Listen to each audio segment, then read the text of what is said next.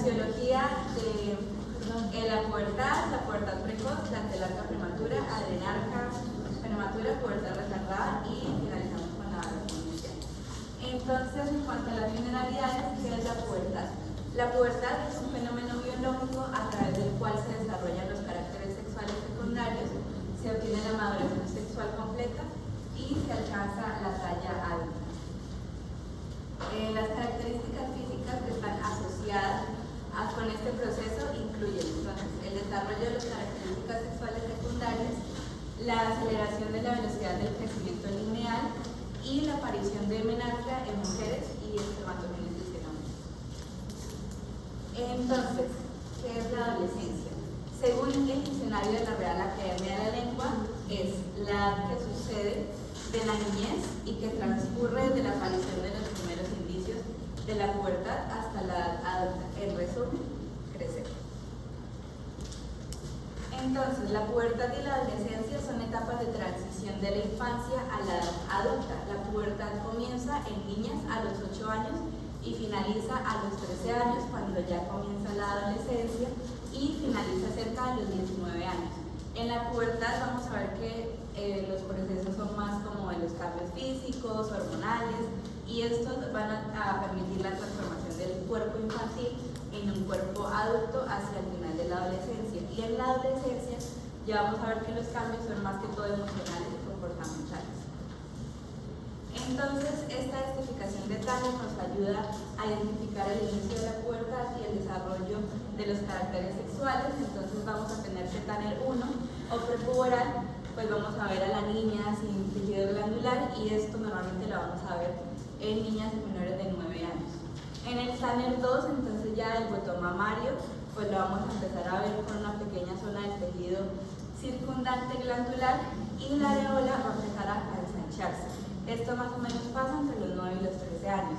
Ya en el Tanner 3, la mama va a comenzar a elevarse y se va a extender, como vemos acá, más allá de los límites de la areola, y esto va a ser más o menos entre los 13 y los 15 años. En el Tanner 4, pues va a haber un aumento, una elevación de los senos, la areola y el sesor, y esto más o menos entre los 15 y 17 años. Y ya por último, el Tanner 5, la mama va a alcanzar su tamaño definitivo de adulto. La areola vuelve a nivel de la superficie, pero el pezón pues sigue haciendo prominencia. Esto más o menos a los 17 años o más. Bueno, para entender lo que es normal, vamos a hablar de la fisiología de la pubertad. Entonces, el principal actor que vamos a tener para que se dé el inicio de la pubertad es el eje hipotálamo-hipófisis gonadal. Entonces, en él vamos a tener 3 elementos principales. Inicialmente, las neuronas hipotalámicas productoras de GnRH, que estas más o menos entre la quinta y sexta semana de gestación se forman en la francoa olfatoria a partir del ectodermo oral y empiezan a migrar hacia el sistema nervioso central. Alrededor de la semana 15 van a ubicarse en el cerebro anterior, en el hipotálamo. Después tenemos el segundo elemento, que es la hipófisis, que va a producir la hormona leutinizante y la folículo estimulante, y posteriormente en las mujeres, pues los ovarios, las gónadas, que van a producir esteroides sexuales, los cuales van a dar los cambios puberales en las mujeres. Entonces, en este gráfico tenemos cómo se comportan las hormonas sexuales desde la gestación hasta la pubertad. Entonces, como les dije anteriormente, alrededor de la semana 15 ya las neuronas hipotalámicas están pues en el hipotálamo. Más o menos a partir del segundo trimestre se empieza a funcionar el eje. Por ejemplo, en los hombres esto ayuda al crecimiento del pene y al descenso de los testículos. Y en las mujeres como a la formación de los caracteres sexuales primarios. Este se mantiene durante toda la gestación. Y al final de la gestación, ya en el nacimiento, caen los estrógenos placentarios, por lo cual pues no va a haber acción de las hormonas al momento del nacimiento. Ya a partir de la primera semana de vida postnatal, debido a esta caída de estrógenos, vuelve a activarse el eje, principalmente liberando FSH. Esto es lo que denominamos minipubertad, que va más o menos hasta el quinto o sexto mes de vida. Después de la minipubertad, el eje permanece quiescente hasta que inicia la pubertad, alrededor de los 8, 9, 10 años. Entonces, ¿cómo se regula la pubertad? Entonces vamos a tener dos factores, los mecanismos neurobiológicos y los factores genéticos y epigenéticos que influyen en la pubertad. Entonces, como les dije anteriormente, después de la mini pubertad, el eje permanece quiescente. Esto se da gracias a una inhibición transináptica de las hormonas del hipotálamo. Entonces, para que empiece a funcionar el eje, pues debe haber una desinhibición de estas hormonas que van a llevar a unos estímulos excitatorios que van a incrementar tanto el número como la amplitud de los picos de GnRH. Esto pues va a llevar a el inicio de la pubertad, que empiece el eje a funcionar. Tenemos una molécula, es un péptido hipotalámico que es la quispetina, fue descubierta en el año 2001. Se sabe que la quispetina es esta molécula que regula el inicio de la pubertad, porque es la que permite que la amplitud de los picos sea la adecuada para estimular todo el eje. Esto pues se descubre porque al inicio de la pubertad, tanto los KIS1, que son los genes que codifican la quispetina, y los que codifican sus receptores aumentan el inicio de la pubertad, y en las personas que tienen una pubertad retardada o que no desarrollan la pubertad, tienen alteraciones genéticas que codifican la quispetina.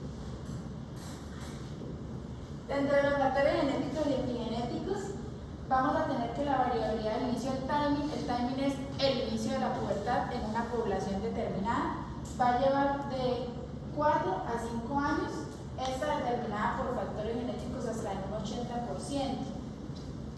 Pero van a haber otros factores epigenéticos, como lo son la diferencia del inicio pubertal entre razas y etnias o áreas geográficas. Por ejemplo, en Europa, las poblaciones nórdicas comparadas con los mediterráneos se desarrollan antes.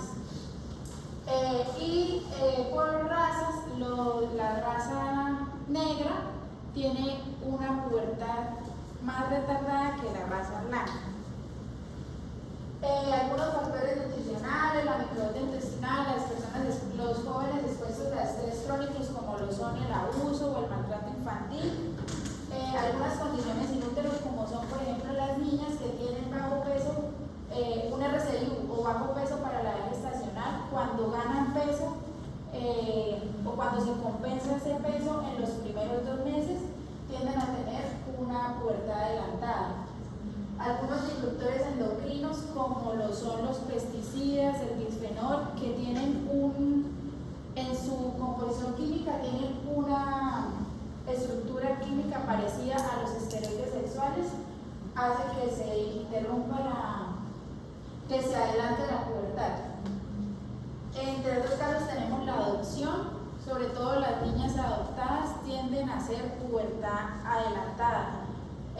Las niñas ciegas, las que están cerca a la línea del Ecuador, también tienden a ser una pubertad adelantada. Entonces, como anteriormente les mostré el eje, en este gráfico lo que se ve es qué factores centrales y periféricos influyen endógenamente en el inicio en la activación del eje. Entonces vamos a ver que la quispetina y algunas otras moléculas como el glutamato a nivel central van a activar a las neuronas productoras de GnRH para que se dé el inicio del eje. Y en cambio otros como el GABA, los opioides endógenos lo van a inhibir. Dentro de los factores periféricos tenemos la leptina y la grelina. La leptina, que es la hormona de la saciedad, va a tener un efecto positivo las neuronas productoras de NRH, que van a producir estos picos en frecuencia y amplitud adecuada para estimular la hipófisis, produciendo FSH y LH, que van a estimular las gónadas. En los hombres, produciendo testosterona, y en las mujeres, estradiol, lo que va a dar pues, los cambios puberales. Entonces, clínicamente, ¿cómo vemos que se inició la pubertad? Que hubo esta transición de infantilidad a adolescencia. Entonces, tenemos la gonadárquea que nos refleja el inicio de la activación del eje, que se da pues, por estos pulsos de NRH. Entonces, vamos a ver en la niña inicialmente un aumento de estrógenos que va a llevar a un desarrollo mamario, es decir, la telarquia. Vamos a ver una cronificación de la mucosa vaginal, que anteriormente era lisa, empieza a ser un poco más rugosa, de color más pálido, y un leve crecimiento uterino. Por otro lado tenemos la adrenarquia, que es la maduración de la glándula suprarrenal, que inicia aproximadamente a los 6 años, y se puede ver de dos formas, con la pubarquia, que es el inicio del crecimiento del vello púbico, y con la cuantificación de hidroepiandrosterona, con niveles mayores de 40 miligramos de litro, podemos decir que inicia la glándula suprarrenal a producir andrógenos. Es importante decir que todos estos cambios hormonales desde el inicio del eje que empieza a secretar NRH ocurren más o menos 2 años antes de que se vean clínicamente los cambios físicos, y que la maduración de la glándula suprarrenal es independiente del eje. Entonces, aquí, como la compañera nos explicó el TANE, pues vamos a ver que el principal o el primer signo puberal que vamos a ver, pues uno pensaría, bueno, yo pensaba que era la menarquia, ¿no? Yo diría, no, pues ya se desarrolló, ya entró la pubertad. Uno pensaría que la menarquia, pero realmente no. El primer signo de desarrollo es la telarquia, el aumento o el desarrollo de las mamas, físicamente. Eso es físico, o sea, lo que se puede ver. El primer cambio es la telarquia. Como les dije, pues los cambios hormonales ocurren mucho antes de los cambios pero físicos. acuérdense que empieza la adrenarquia, después la gonadarquia y después empiezan los cambios físicos, pero dentro de los físicos, la telarquia. La telarquia Si es el hablamos primer de cambio. los cambios hormonales, el primer cambio que vamos a considerar desde el punto de vista de la gonadarquia es el aumento de los pulsos de la LH nocturna. Eso es lo hormonal. Pero lo físico es esto que estamos hablando. Entonces vemos que la telarquia, más del 50% de las niñas va a tener un inicio entre los 10 y los 12 años, es el primer signo puberal. Posteriormente tenemos la pubarquia, y el último cambio puberal que vamos a tener es la menarquia. Para esto pues nos sirve el TANE. El TANE de las mujeres evalúa tanto el desarrollo mamario como el desarrollo del vello púbico. En cambio los hombres solo es el vello púbico. Pero no mucha la teoría. Bueno, ahí es importante que recuerden, estos cambios puberales son ordenados y son en tiempo definido, ¿sí? O sea, siempre lo normal es que sucedan así, telarca, pubarquia, ¿sí? Sí. Y lo otro que les iba a decir era, bueno, que con los cambios puberales terminan es con la menarquia, y usualmente es importante que miren, Tanner empieza en Tanner 1, porque a veces después vemos historias Tanner 0 no existe, el Tanner 1 es el niño, para que lo tengan muy bien en Y el desarrollo lateral que sería un TANER 2. el inicio del desarrollo, cuando aparece el fotosoma. Entonces,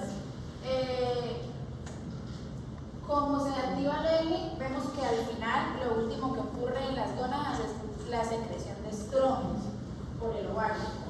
Esto va a llevar a una cornificación de la mucosa, como les dije anteriormente, una más lisa, una puede ser más rugosa, a la espectroscopia, de pronto al ver la mucosa vaginal, vamos a ver un cambio de rojo a rosa pálido.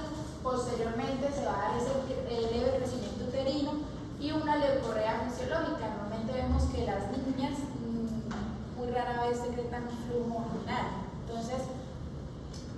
de 6 meses a 1 año antes de que se dé la menarquia, empieza esta leucorrea fisiológica. Y el último cambio que vamos a ver de la secreción de estrógeno es la menarquia, que ocurre de 4 a 4.5 años después del inicio de la telarquia. Primero la telarquia, y el último es la menarquia. Entonces, para darles una breboca a mis compañeras en lo que vamos a ver como en las alteraciones de esto que es lo normal, como nos dice la doctora, es un crecimiento ordenado, no, o sea, todo se da en ese orden, telarquia, pubarquia, menarquia.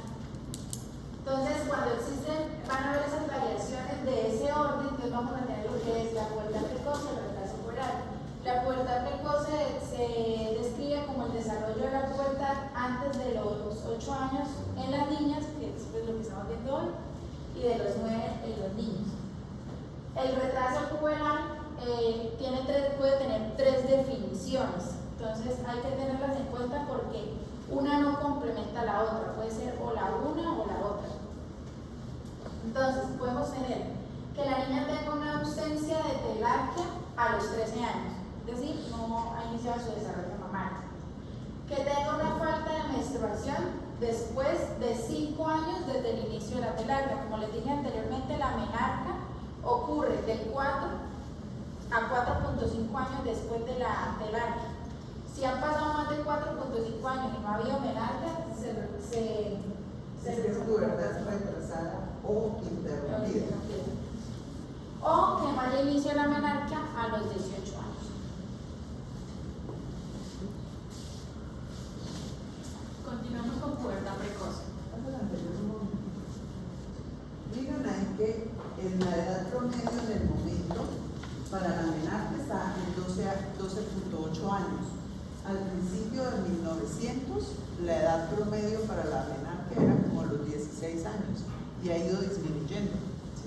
¿Por qué? Pues se piensa que es por los productos químicos que se consumen o algo, porque pues definitivamente ha cambiado mucho la forma de alimentarnos y todo lo que vemos en el mundo moderno. Entonces se piensa que esa menarquia pues ha ido disminuyendo en edad por eso. Así como ha disminuido la edad de la menarquia, puede también haber cambiado un poco la edad del inicio del desarrollo de los caracteres sexuales secundarios que estaban en las niñas en 8 años. Entonces eso es para que cuando hablemos de pubertad precoz que van a empezar ahora, veamos también y recordemos que también puede estar disminuyendo ese rango de la edad en las niñas. Bueno, las niñas porque es lo que nos interesa a nosotros como ginecología. En la pubertad precoz tenemos que se define como el desarrollo puberal con 2.5 desviaciones estándar por debajo respecto de la promedio. Esto se va a traducir, como lo decía mi compañera, en las niñas presenten desarrollo sexual secundario antes de los 8 y en los niños a los 9 años. Tenemos en cuenta que inicia primero la telarquia y le puede haber asociado ya sea 1 o 2 síntomas relevantes, ya sea el crecimiento del pelo púbico, axilar, la menstruación, que la edad ósea esté por encima de 2 desviaciones estándar a la edad cronológica, el incremento de las gonotropinas, la LH, la FSH o los niveles de las hormonas esteroides. Debemos tener en cuenta que hay unos parámetros como médicos que tenemos que evaluar en los pacientes. Entonces, en todas las niñas menores a 6 años que tengan, sea el desarrollo mamario o el vello púbico o las menores de 8 años que presenten ambas, toca hacerle pues una exploración exhaustiva.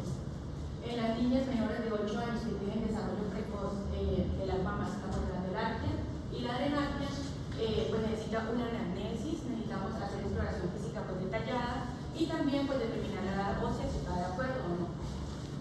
Vamos a continuar con un seguimiento exhaustivo para mirar cómo va esa tasa de crecimiento de cada caso y pues así mirar cómo es el riesgo de la paciente. También vamos a tener en cuenta que las decisiones se van a tomar de manera individual en pacientes entre 6 y 8 años, ya sea por la exploración física exhaustiva que realizamos y también por la ansiedad del paciente y de los padres. Y en los factores asociados de alto riesgo patologías intracraneales, pues va a justificarse una exploración completa con estudios pues, con imágenes antes de los 3 años para mirar cómo está la progresión puberal rápida y también los síntomas asociados a migrañas, convulsiones y déficits neurológicos para pues descartar las patologías intracraneales.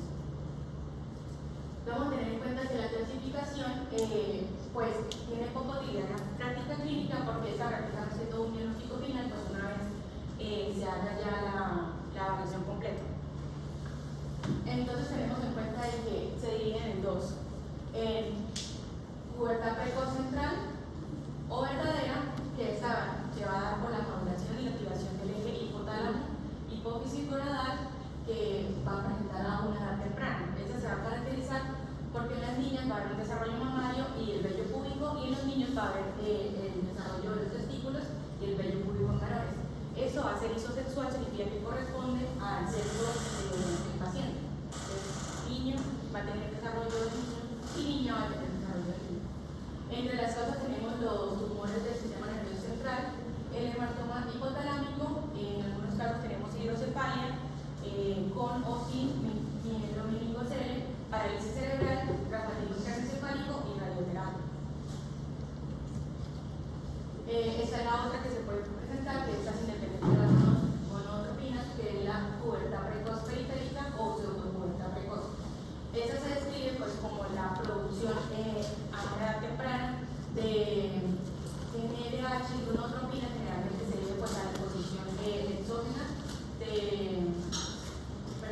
exposición de origen gonadal, suprarrenal y ambiental, y esta se va a clasificar en isosexual o contrasexual, que como hablábamos, isosexual es que coinciden con el sexo del niño, y contrasexual es que hay una utilización de las niñas y una feminización de los varones. Entre las causas tenemos pues los tumores suprarrenales secretorios de estrógeno, las hiperplasias adrenal congénita virilizante y el adenoma suprarrenal funcional o un carcinoma. La hiperfunción ovárica aislada, el síndrome de Mansfield-Albright y la penetración de los esteroides exógenos que se pueden ver en cremas o en fármacos. Entonces, para tener en cuenta. Entonces, ¿hasta aquí tienen alguna pregunta de la pubertad normal? Bueno, entonces, pubertad precoz puede ser o de origen central, significa que a nivel del sistema nervioso se empieza la producción de GNRH, se despertó el eje. ¿Listo? Esa es la central o verdadera. Y la periférica o pseudopubertad es de origen, como su nombre lo dice, periférico, o sea, o es el ovario que tiene una masa que está produciendo hormonas y que finalmente va a llevar a la estimulación del sistema nervioso central y empieza la misma cascada, ¿sí? Pero ¿dónde se despertó el eje? Si es a nivel central o si es a nivel periférico, o la suprarrenal o algo así. Entonces, esa es como para que se acuerden de la diferencia de la definición. Para recordar entonces el síndrome de Mansfield-Albright, entonces vemos que es un gen que codifica pues el gen GTP, que estimula la ginatoxiclasa, y vamos a ver que tiene una actividad clásica que es la displasia fibrosa ósea, pues la pubertad precoz y las manchas en campones. Vamos a tener en cuenta que es una mutación en los huesos, ovarios y piel, y en algunos casos pueden presentar pues quistes en los ovarios y menstruaciones cíclicas. Y el tratamiento no responde a las NRH. El hematoma. El hematoma pues es amartomas son manchas neuronales que generalmente se van a acoplar en el puber, cines o en el suelo del tercer ventrículo. Eso lo que van a actuar es como un generador ectópico de la GNRH en el hipotálamo, y pues va a como inhibir centrales que habitualmente limitan su actividad en la infancia. Este tumor va a estar asociado frecuentemente pues a la pubertad precoz y algunas veces las convulsiones elásticas, que es cuando el paciente presenta risas y esas sonrisas nerviosas que se pueden confundir con risas, pero son convulsiones.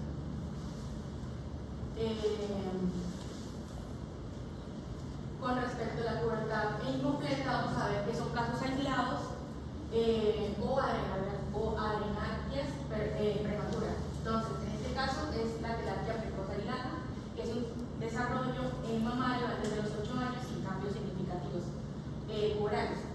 Esa va a haber una alta en la FSH y los estrógenos van a estar a nivel puberal.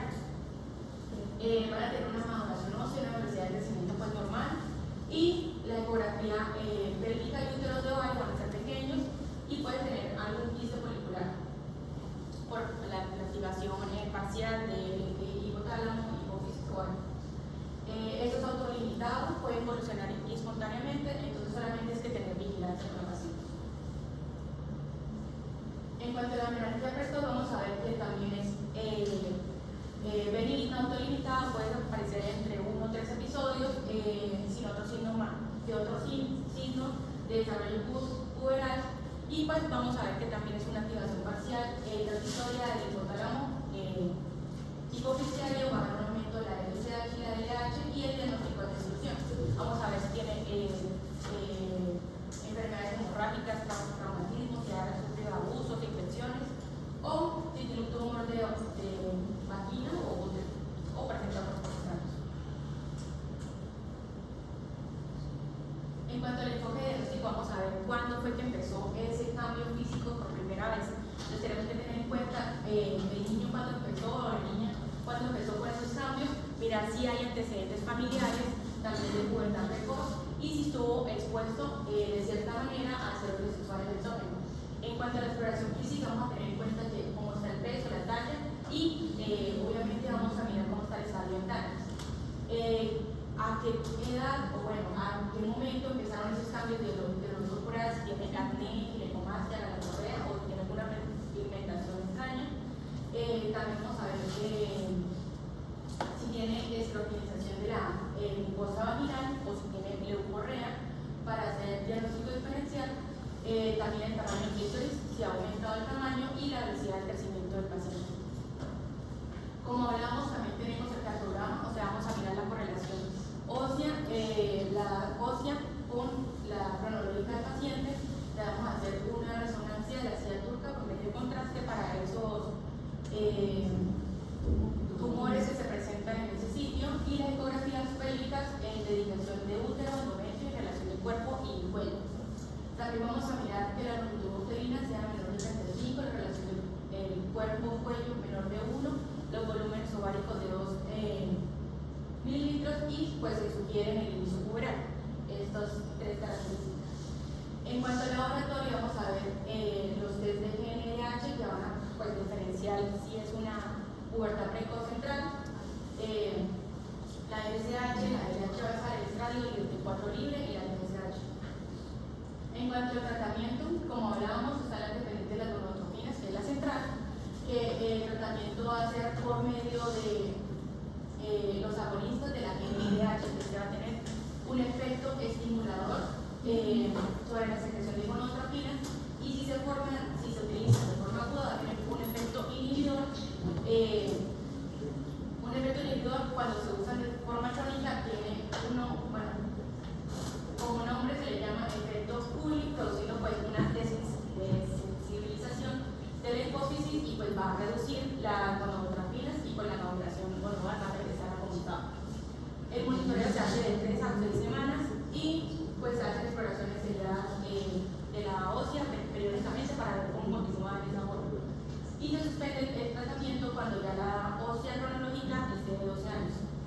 Entre esos tenemos la fuselina, 6.3 miligramos cada 2 meses, la poselina, 3.6 miligramos cada mes o 10.8 cada 3 meses, histerilina, un implante de 50 mg cada año, miligramos cada año, leuprolida, 3.25 a 7.5 al mes, o si no, se puede utilizar de 11.25 miligramos cada 3 meses. Y la tritorelina de 3 a 3.75 al mes o de 11.25 cada 3 meses. También tenemos las independientes de las gonotropinas, que esas son para las periféricas. Entonces vamos a ver que el tratamiento está dirigido a las fosas subyacentes. Entonces, en caso de las que tengan tumores funcionales, pues vamos a tratarlas pues, quirúrgicamente. En el caso de los tumores que secretan TSH, pues vamos a necesitar también radiación, quimioterapia y pues algún tipo de estudio para también localizar el tumor. En los quistes ováricos, pues vamos a ver que se puede excitar quirúrgicamente. En los niños con hiperplasia suprarrenal, pues el tratamiento va a ser con glucocorticoides, y la mejor opción en el caso de los pacientes que tengan Malthus Albright, el tratamiento va a ser con inhibidores de esteroogénesis de la acción hormonal en lugar pues, de la cirugía, pues para evitar que, para que conserve la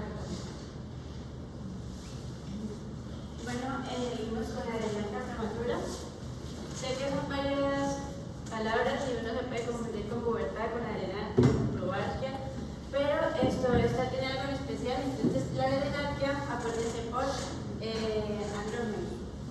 Como tal, estas se definen con el inicio de la producción de los andrógenos por parte de la glándula suprarrenal. Así que tenemos, primero se va la adrenarquia, luego sigue la pubertad y por último se va la pubarquia.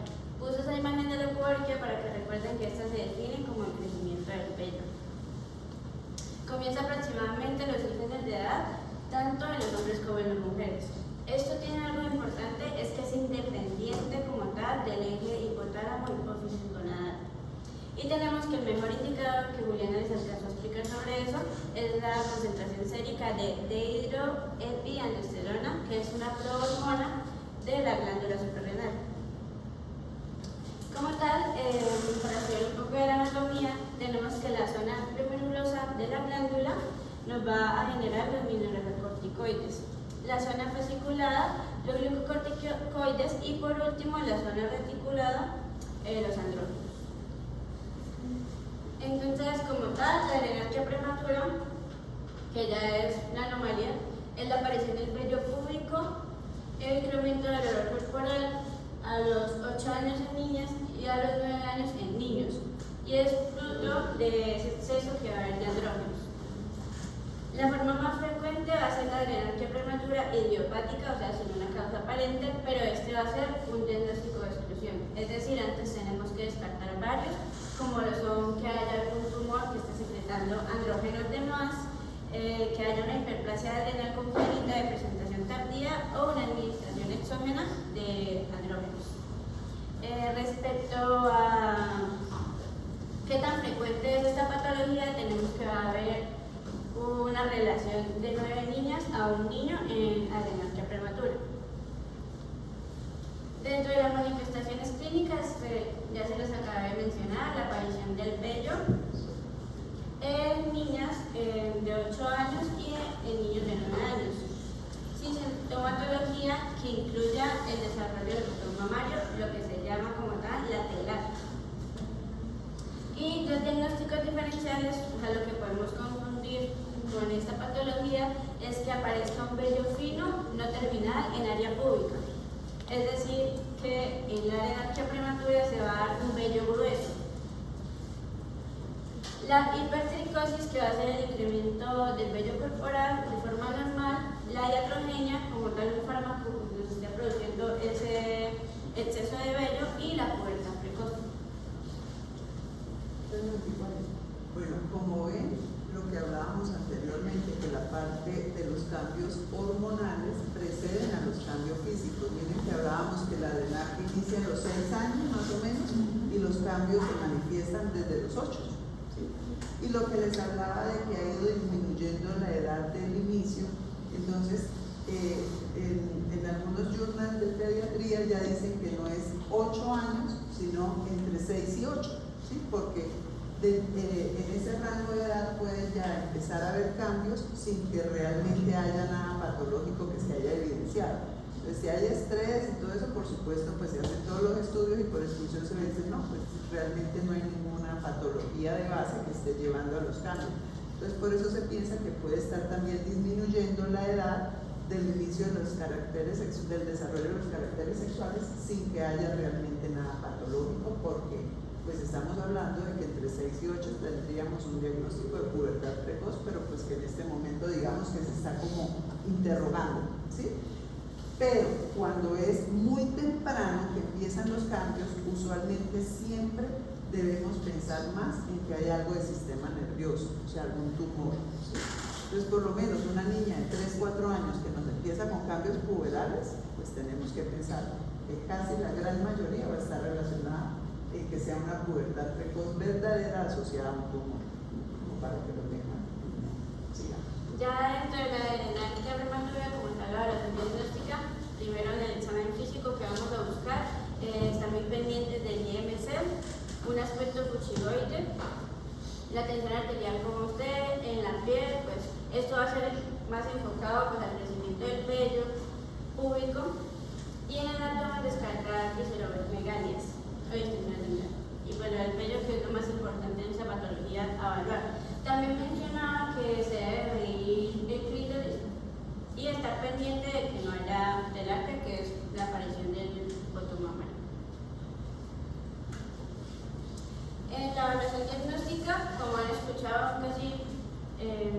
la charla, es muy importante evaluar la edad ósea con la edad que tiene en realidad el paciente.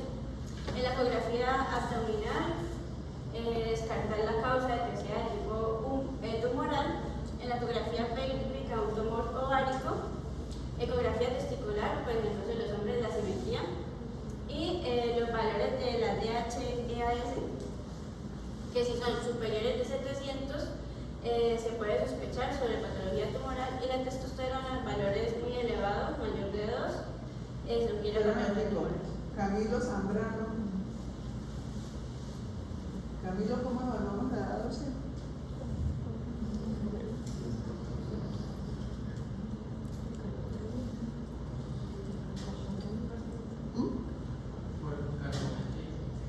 Por carpograma.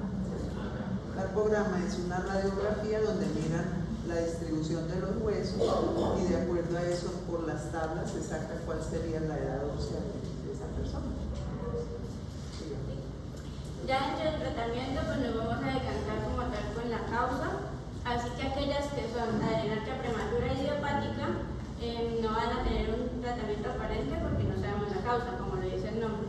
Si llegado al caso se detectan tumores, pues el tratamiento va a ser extirparlos, y en el caso de la hiperplasia suprarrenal congénita, ahí se va a evaluar la aplicación de un corticoide. Mentira, me equivoqué. Es oral, el corticoide se va a tomar oral y se llama hidroaltesona para controlar la sintomatología del paciente. Seguimos con la pubertad retardada, que va a ser cuando no se ha iniciado el desarrollo puberal a una edad de 2 a 2.5 desviaciones estándar por encima de la edad media, que se considera para la población. Es decir, que haya ausencia de telarquía en niñas de 13 años y la ausencia de incremento testicular en niños de 14 años. La etiología de la clínica va a ser muy variable, como lo ven acá. Primero tenemos el retraso puberal simple, o lo que se denomina como constitucional, que va a ser aquel retraso puberal que se va a asociar a la talla familiar. El patrón de herencia es sugerente de una herencia autosómica dominante. Así que tenemos que estos pacientes van a tener un cuadro clínico, un hipocrecimiento de inicio postnatal, y son niños que hasta los 12 meses y los 18 van a tener un crecimiento normal, aparentemente. Pero se nota la diferencia ya cuando tienen de 3 a 4 años, porque van a tener como un estancamiento de la talla y experimentan una caída en el ritmo del crecimiento. Seguimos con el retraso puberal secundario a patología crónica. Entonces, el anterior yo tuve una paciente que tenía 18 años y parecía que tuviera 11. Entonces todavía no he iniciado ni siquiera el desarrollo de caracteres sexuales. Indagándole era constitucional, pero a ese diagnóstico se llega exclusivamente por exclusión, a pesar de que es la causa más frecuente, ¿sí? La pubertad retrasada o interrumpida. Entonces, para que o sea, es como porque relacionen cosas en el momento en que preparan el tema. El retraso puberal secundario a patología crónica va a estar más asociado a la malnutrición, y eso va a retrasar como tal la pubertad. Así que tenemos que ambos fenómenos, el crecimiento y el retraso puberal, se consideran como mecanismos de adaptación a la escasez absoluta de nutrientes. Y otros mecanismos van a ser como trastornos hidroelectrolíticos, hipoxia crónica, citoquinas inflamatorias, disfunciones hormonales, problemas psicopatológicos y tratamientos crónicos como la corticoterapia. Tenemos el hipogonadismo hipogonadotropo, que este como tal se va a definir como una disminución de la FSH y de la LH. Se va a clasificar también dentro del mismo. Entonces está el hipogonadismo congénito aislado, que va a ser como tal asociado a la ausencia de alteración del olfato o de alteración del olfato. Los asociados a otras deficiencias hipoficiales, y en esto es importante porque vamos a encontrar tumores en el sistema nervioso central. Y tenemos los asociados a cuadros sindrómicos como el cuadro de Query, que está acá, que como tal tienen hipogonadismo, algunos tienen déficit cognitivo y trastornos del sueño. Entonces, como les mencionaba, hacer énfasis en los tumores del sistema nervioso central. En el caso de la pubertad precoz, mi compañera mencionó amartoma. Y en este caso de la pubertad retardada va a estar el cráneo faringioma. Este tumor se va a ubicar básicamente en la región supracelular y esto se encuentra cerca de la hipófisis. Lo que va a hacer es comprimir como tal la hipófisis y provoca que no se genere tanta LH ni FSH. Y están los germinomas, como tal, pues son tumores de las células germinales que pueden desarrollarse en la región supracelular y también provocan esto, la disminución de la FSH y la LH. Seguimos con los hipogonadismos, pero estos son hipergonadotrópicos. Y como lo dice su nombre, van a aumentar los niveles de LH y FSH. Van a haber diferentes, pues en los hombres conocemos más que todo el Klinefelter, que va a tener una clínica donde hay talla top y más que todo la ginecomastia, que es algo que se destaca. Los testículos son pequeños y duros y lo que les mencionaba, la ginecomastia, que es lo más común en hombres. Y tenemos uno como tal, especial para las mujeres, que es el síndrome de Turner, que va a tener una clínica más florida, que es psoriasis temporada, hipoplasia areolar, y lo más importante es el hipocrecimiento y el fallo gonadal. El tratamiento como tal pues va a ser suplir la testosterona y los estrógenos que no tienen en el caso de los hombres y las mujeres. Así que para las niñas se les va a dar el tratamiento con estrógenos o estradiol a partir de los 13 años de edad. Y en los niños se utiliza la testosterona a dosis bajas en forma de inyección intramuscular. O sea, la finalidad de eso es como que desarrollen los caracteres sexuales y ya después si se tienen que dar combinados estrógenos y progesterona, pero inicia con solo estrógenos, para el cambio de, pues para el desarrollo de los caracteres sexuales. Bueno, entonces el retraso puberal afecta al 3% de la población y como lo decía Mafe, hay dos orígenes que es el hipogonadismo hipogonadotropo y el hipogonadismo hipergonadotropo. Entonces el objetivo de esta evaluación inicial es que nosotros podamos identificar signos y síntomas que nos puedan orientar hacia algunas posibles etiologías. Entonces es importante, como siempre, la anamnesis, preguntar el sexo, la edad, el origen, la raza, antecedentes personales, como fue la gestación de esta paciente, el parto, si hubo eventos neonatales, los patrones y la curva de crecimiento, si tiene enfermedades previas y cuáles han sido sus tratamientos, desarrollo psicomotor, la capacidad olfativa y visual, que ya vimos que eso también es importante, hábitos alimentarios y ejercicios, y en cuanto a los antecedentes familiares, la consanguinidad de los padres y mirar toda su historia familiar de retraso puberal, la edad de estirón puberal paterno y también la menarquia materna. Y en cuanto a la exploración, vamos a mirar entonces el peso, la talla, la velocidad de crecimiento, el índice de masa corporal y las proporciones corporales, su desarrollo puberal mediante los estadios de Tanner, los rasgos faciales y corporales que de pronto nos puedan orientar hacia ciertos síntomas, síndromes o patologías, la exploración del tiroides, el abdomen, la exploración neurológica y el sentido del olfato. Entonces ya con lo que nosotros hayamos recogido de la anamnesis y la exploración vamos a hacer las pruebas complementarias. Si pensamos que son trastornos nutricionales, enfermedades celíacas o enfermedades crónicas ocultas, vamos a mandarle un hemograma completo, la velocidad de sedimentación globular, la creatinina, el BUN, las pruebas de función hepática como son la ALT y la AST, anticuerpos tisulares, glutaminasas y la inmunoglobulina A. Y si pensamos que son ya trastornos de hipogonadismo o primarios o secundarios, vamos a mandarle la LH, FSH, estradiol, prolactina, TSH, TL4. Entonces aquí les hice como un diagrama que nos puede resumir todo esto. Entonces si sospechamos de la pubertad retrasada, le hacemos anamnesis, exploración física y las pruebas complementarias. Vamos a mandarles los niveles de gonadotropinas, que son LH y FSH. Si están elevadas, entonces decimos que es un hipogonadismo hipergonadotropo, lo vamos a mandar a endocrinología, que allá le van a hacer un cariotipo y pues el tratamiento hormonal. Por el contrario, si están disminuidos, entonces pensamos que es un hipogonadismo hipogonadotropo. Entonces aquí nos vamos a preguntar, ¿la causa la conocemos tras el estudio que ya hicimos? Si sí la conocemos, entonces es un hipogonadismo hipogonadotropo transitorio secundario. Le hacemos el tratamiento de la etiología y pues vamos a observar como su desarrollo puberal tras hacerle la corrección de esta etiología. Si no conocemos la causa, entonces nos vamos a volver a preguntar, ¿tuvo un inicio puberal tras observarla por 6 o 12 meses? Entonces, si fue un sí, fue un retraso constitucional de crecimiento y desarrollo. Y pues vamos a seguir con el seguimiento normal de la pubertad hasta su finalización. Pero si fue un no, entonces la vamos a mandar a endocrinología y allá pues le van a inducir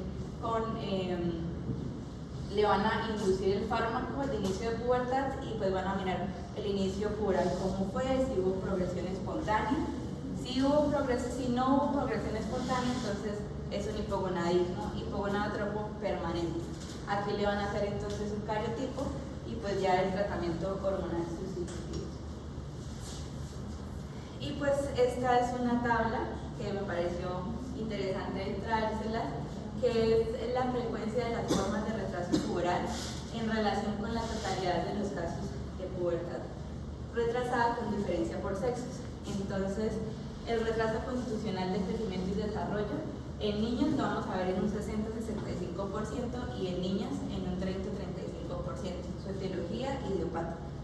El hipogonadismo secundario transitorio hipogonadotropo en niños lo vamos a ver en un 20% igual que las niñas y su etiología puede ser una enfermedad crónica, ejercicio físico intenso o una patología psíquica. El hipogonadotropo permanente en niños lo vamos a ver menos que en las niñas en un 10% y en las niñas en un 20%. Y la etiología va a ser tumores del sistema nervioso central, un síndrome de Kalman o un pánico pictuarismo. Y por último, el hipogonadismo hipergonadotropo en niños lo vamos a ver por un 5 o 10% y en las niñas en un 25%. Su etiología puede ser un síndrome de Turner, una discinesia gonadal, un síndrome de Klinefelter o incluso las quimioterapias. Y pues eso sería todo por nuestra exposición. Muchas gracias.